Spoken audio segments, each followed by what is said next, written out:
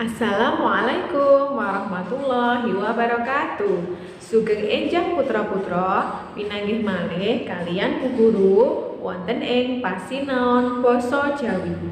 Dinten menika sinau bab budi pekerti. Budi pekerti kuwi tingkah laku utawa tumindak kang sarwa becik utawa apik. Tumindak becik marang sapa wae. Ngestokake dawuhe bapak lan ibu, tumindak andhap asor, sopan santun marang wong tuwa uga kanca, seneng tetulung marang liyan, nulung tanpa pamrih. Yen kabeh mau ditindakake, mula urip iki bisa tentrem ayem. Keluarga Pandhawa bisa kanggo tuladha utawa conto ing babagan budi pekerti. Dinten menika Bu Guru badhe maosaken crita. Nanging saderengipun Bu Guru maos, putra-putra kedah kenal rumiyin kalian keluarga Pandhawa. Pandhawa iku sedulur kakang adi, cacahe gangsal jaler utawa lanang kabeh. Sinten kemawon keluarga Pandhawa menika ingkang nomor setunggal inggih menika Yudhistira utawa Puntadewa. Tandane menawa iku gambare Yudhistira yaiku ana ing gelungan rambut. Gelungan rambute buntet berarti iku Yudhistira. Pandhawa ingkang nomor kalih inggih menika Werkudara. Tandane yen iku gambare Werkudara ana ing kukune, yaiku kuku Pancanaka lan pawakane kang gagah gedhe dhuwur. Ingkang nomor 3 inggih menika Arjuna. Arjuna iku Pandhawa sing paling bagus. Tandane yen iku gambare Arjuna yaiku piyambake ora ngagem kalung ana ing gulune. Dene nomor sekawan lan gangsal iku kembar yaiku Nakula lan Sadewa. Cerita ingkang badhe Bu Guru waos inggih menika saking buku paket Kaca 8/9 ingkang irah-irahanipun babat alas wana merta. Irah-irahan menika sami kalian judul manggenipun wonten ing inggil piyambak.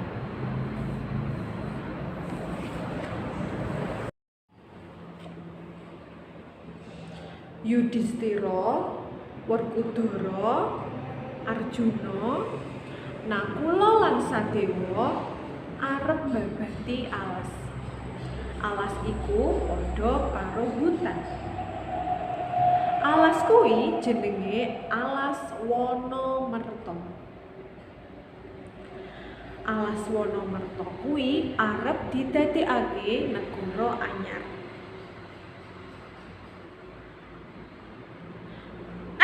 Diwiwiti nyambut gawe, aja padha wedi kangelan, aja padha wedi yen angel. Kandhane Werkudara sing mandhegani utawa sing mimpin babat alas. Iya, ngestokake dawuh Kakang. Jawabe Nakula lan Sadewa. Yudhistira lan Arjuna uga sengkut nyambut gawe. Sengkut iku rikat, cepet, satset nyambut gawe. Pandhawa 5 padha sengkut nyambut gawe ngresiki alas Wanamerta. Nanging alas Wanamerta jebul panggonane gerombolan demit utawa setan. Alas Wanamerta kuwi minangka kratone lelembut.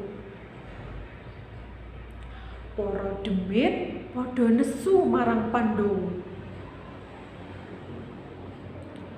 Werkudara sing mandhegani utawa sing mimpin babat alas diajak pati utawa diarah arep dipateni dening para demit. Werkudara dikeroyok lan dirangket dening para demit. Nanging Arjuna lan adine padha aweh pitulungan, padha nulungi. Werkudara bisa uwal, bisa bebas saka bebaya. Wusanane akhire para demit bisa dikalahake, padha lunga adoh lan Pandhawa bisa menang. Alas Wanamerta dadi resik gilar-gilar. Banjur ing tembe dadi negara jenenge negara Amerta.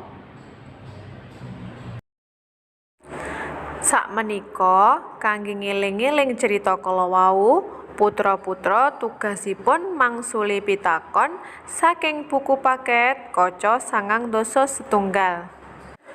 Ditulis wonten ing buku tulis, boten usah ditulis soalipun.